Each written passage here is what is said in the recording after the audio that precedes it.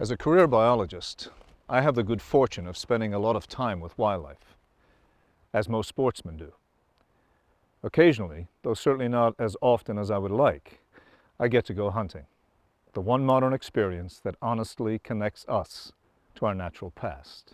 Like all hunters, I derive a variety of pleasures from being outdoors.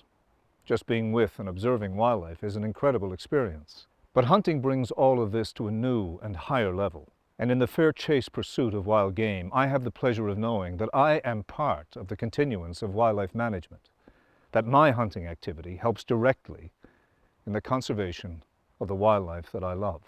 Thankfully for our wildlife, and for those who are charged with their management, a majority of sportsmen feel the same way I do, and have willingly done their part, becoming vital conservation partners with wildlife managers. Legally harvesting animals identified as the surplus of a sustainable population is obviously a big part of this partnership, as hunters perform a vital role in helping keep populations within socially and biologically acceptable limits. When successful, or even when unsuccessful, sportsmen have willingly stepped up for wildlife management, providing critical data to wildlife managers and helping ensure strong science is the basis of our conservation and hunting programs. I had the opportunity this past season to hunt for a white-tailed deer in British Columbia. Being from Newfoundland, this would be a unique experience for me, as whitetails never made it to the island. I can tell you, as a hunter, I'm not focused on a trophy animal, and this hunt for me was not about the most mature buck I could find. What attracted me, as with all my hunts, was experiencing the beauty and wildness of new country, getting close to wild others, obtaining good quality meat, and doing my part for conservation.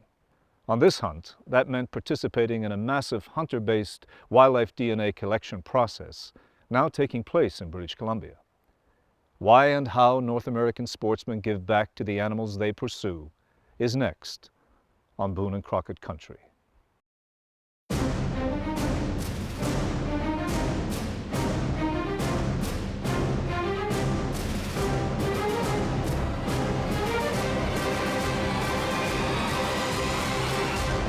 Boone and Crockett Country, presented by Leupold, America's Optics Authority. Dawn breaks on a clear, crisp morning in British Columbia. Longtime friend and outfitter Mark Warner and I strike out after what will hopefully be my first whitetail. The beauty of the Northern Rockies in autumn cannot be overstated.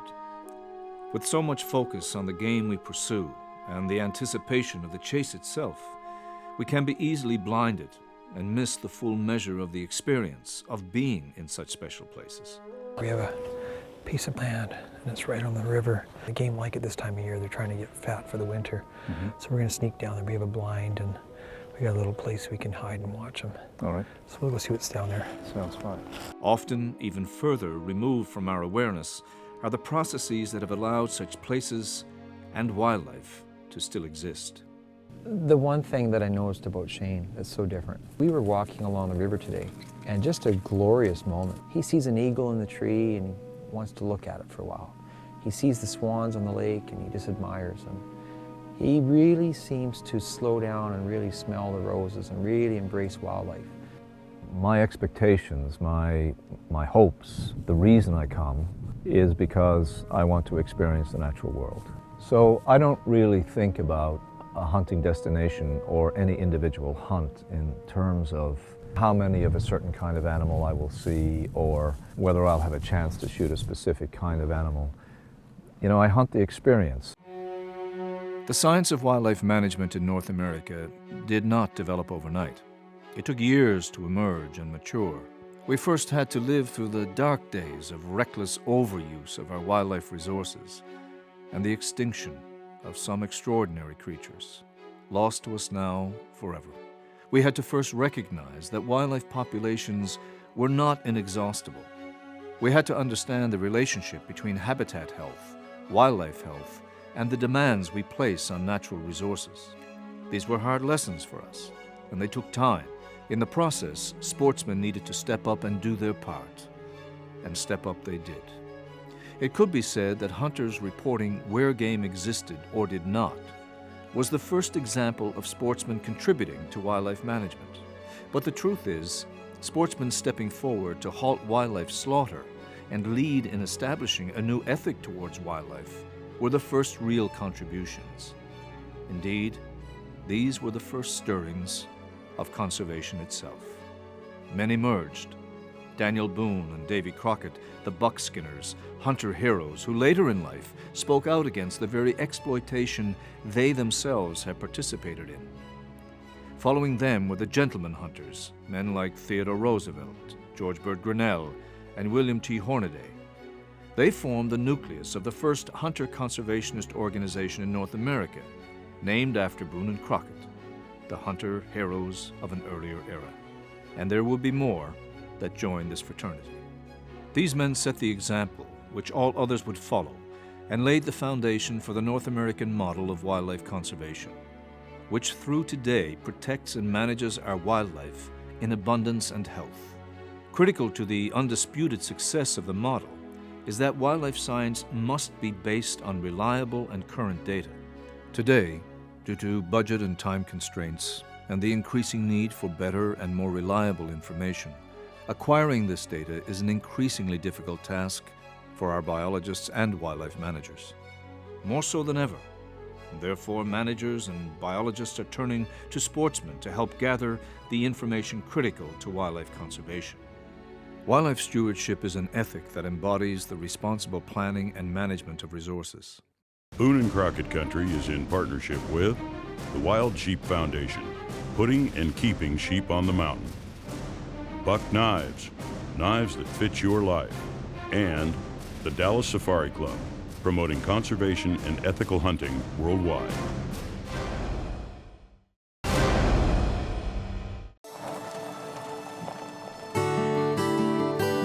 It is autumn in the province of British Columbia. As my hunt continues, and as I would have hoped, Mark has become more of a companion than a guide. We're hiding in it. We use it as a blind. It's an old ranch house, and it's a perfect location because it's got windows that allow us to view all the different fields.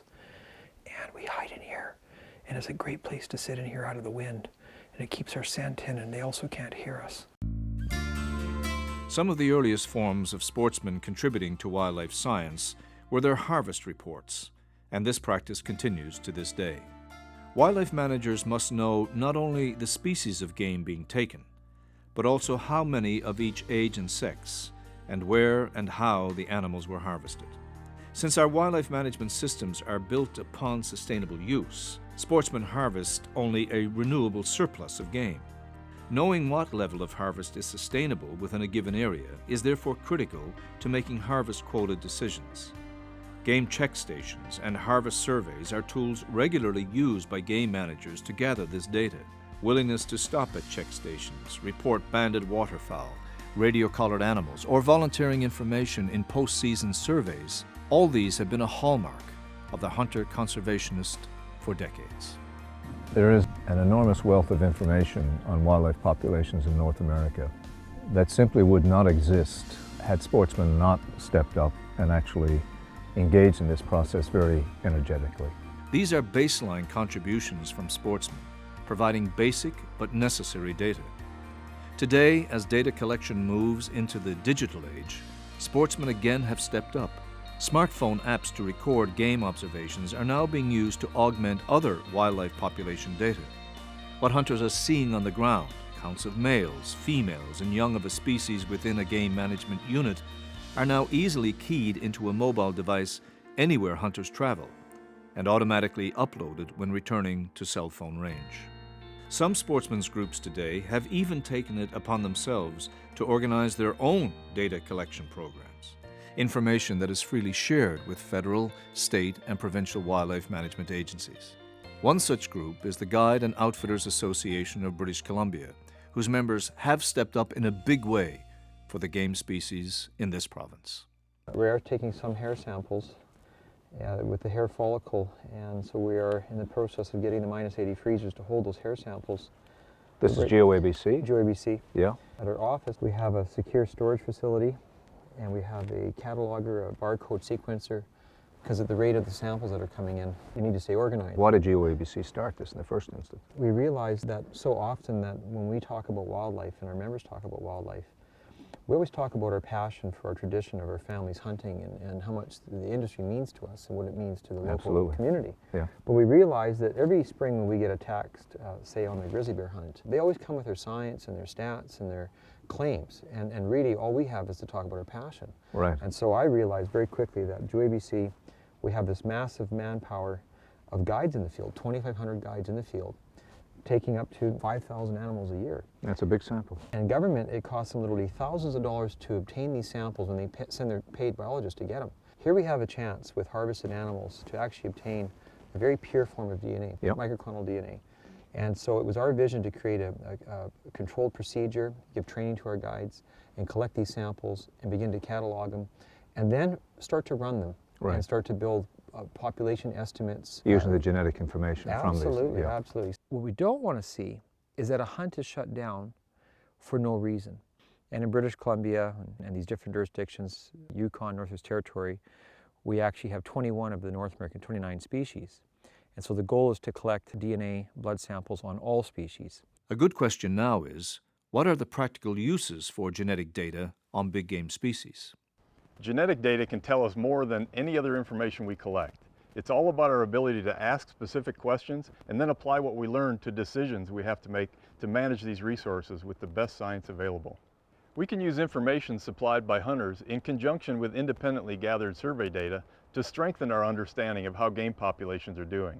We can also use all these sources of data for tracking trends and applying what we learn to predict what will happen under certain weather events or management changes. Boone and Crockett Country is in partnership with the Pope and Young Club for the good of bow hunting and the Guide Outfitter Association of British Columbia. Wildlife stewardship is our priority.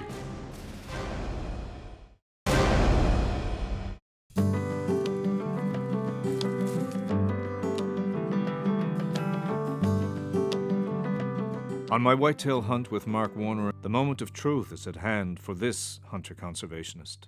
The problem we have right now is we've got a big buck on the far fence line.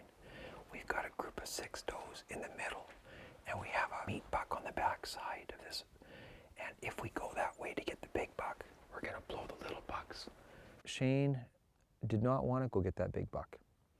We could have gone across that field and probably shot that big buck. But that wasn't what he wanted. He wanted to shoot that nice young meat buck.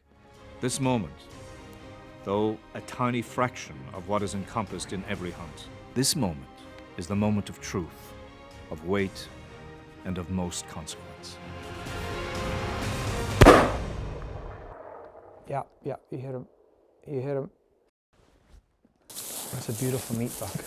Beautiful. What a nice little buck. They're such a beautiful animal, aren't they? The end of a life and the beginning of another increase in my commitment. I don't see many hunters that have a big buck in the field and they choose to take a smaller meat buck. Well, for some hunters, size doesn't matter at all. Every hunter hunts the experience, and every hunter feels some sense of sadness at this point. He will taste good, and this will be my memento, my trophy. Every bit as good to me as something large and flashy. What really spoke to me last night was Shane always talks about wildlife conservation and his ideals and what he believes and not being trophy focused but loving the fair chase organic meat. To see him practice what he preaches and to see him so almost tears in his eyes when he took that animal's life. And he said at the end, he said, I wish I could give it back to you, but we're going to enjoy the meat and his family's going to eat that animal at a holiday time and have friends around the family, and he's going to take that little trophy horns and he's going to keep them. And that was really something. It really spoke to me. It means that he really believes what he says. It was just a great experience, and I'd never harvested one of those animals before. That's another memory that I won't forget. It's a powerful memory. I will never feel about whitetail deer again the way I do now. My relationship with whitetail deer has changed for me fundamentally. Anytime I harvest an animal, there is a sense of fulfillment and reflection both. Today, in a real sense, I volunteered my deer as an organ donor of sorts. His DNA will live on in what is emerging as one of the most significant scientific contributions we as hunter conservationists can offer. And now, a closer look with Doug Painter, presented by Leupold, America's Optics Authority. Not only is DNA analysis beneficial in wildlife management, it is also useful in big game record keeping and goes hand in hand with providing wildlife managers a major set of data for continued research. Since 2004, the Boone and Crockett Club and the Pope and Young Club has invested in DNA collection and research in order to apply the best science available to make its trophy database as accurate as possible. When big game record keeping was first established by Boone and Crockett in the early 1900s, geographic boundaries had to be established for some species or subspecies to determine how they would be categorized in a record book. Population boundaries were defined for species living in close proximity to one another, such as brown and grizzly bear, the mule deer subspecies, the 3 moose species, and the white-tailed subspecies. Initially, these boundaries were set based on observation using geographic features that separated subspecies. Advances in genetic analysis now give B&C researchers a powerful tool to refine these species boundaries or consider additional species categories. One example is in Alaska, and using DNA analysis to test previously established boundaries between brown and grizzly bear. Hybridization is another issue that can introduce confusion and inaccuracy into trophy data. Hybridization is the result of one species breeding with another where ranges overlap. Ever see a white-tailed deer with what looked like a mule deer rack and vice versa? Or a Columbia blacktail that would score more like a mule deer than a smaller blacktail? To learn more about the advancements in DNA research, game management, and record keeping, visit the Boone and Crockett Club's website. Boone and Crockett Country has been brought to you by Leupold, America's Optics Authority, and the Boone and Crockett Club, celebrating 125 years of conservation and North America's hunting heritage. Although we do not yet know all the possible applications of a vast wildlife DNA library, we are learning that projects such as the one conducted by the Guides and Outfitters Association of British Columbia hold the keys to the future of modern wildlife management. There's only so much that biologists can learn by sitability studies, aerial flights, random block studies, etc., and hunter harvest information and guide outfitter reports. And so the point is, we don't even know exactly what benefits we'll have from this, but to start to collect the samples so that as the technology is there and as the need arises, we'll have this information. The conservation and management of wildlife populations is a highly complex endeavor, and it requires the best from all of us in society if we are to have any chance of keeping these magnificent others with us. But perhaps above all other partnerships in this effort, the one between hunters and wildlife managers is most crucial, for each group brings a unique level of passion and expertise to bear on the conservation movement. Together, we represent the founding strength of this great effort to achieve what once looked so unlikely, the rescue, recovery, and return of our great wildlife abundance. The science of wildlife management must march forward. Today, we have provided you with examples of how the North American sportsman has been a valued conservation partner, providing critical support and information needed to correctly manage our wildlife resources. This is not a small contribution by any means.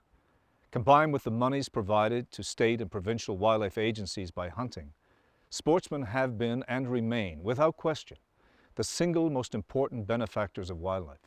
This must continue. What we didn't have time to discuss today is the increasing need for more and better science. Every time questions arise about how we care for and use wildlife. Whether it is a debate over the legitimacy of hunting or the impact of energy development on wildlife populations, real science is needed. Wildlife science is, for the lack of a better term, the great leveler. Done properly, it is a transparent and factual basis for decision-making, and it must be used to avoid basing critical wildlife decisions on opinion alone. Why? Because in the final analysis, opinions vary, and our wildlife and the habitats that support them are too precious, too irreplaceable, and too complex to be left to whimsical and often changing personal impressions. We've made such mistakes in the past, and the results for wildlife were far less than acceptable. I urge you, and every hunter who truly cares for wildlife's future, stay connected with your Fish and Wildlife Agency. Let them know what you are seeing in the field, both good and bad. Share your experience and your passion for wildlife with those who work to keep wildlife strong. I also urge you to join every conservation organization you can and give them your support. They too provide additional funding and manpower for wildlife management, something our agencies desperately need, especially at this time. Hunters are legion strong, but too few of them put their shoulder to conservation's wheel. I have no doubt you will. Sportsmen like you have been doing just that for over a century. And the wild others, and the great lands they inhabit, thank you. And so do I. I'm Shane Mahoney. Join me again next week on Boone and Crockett Country.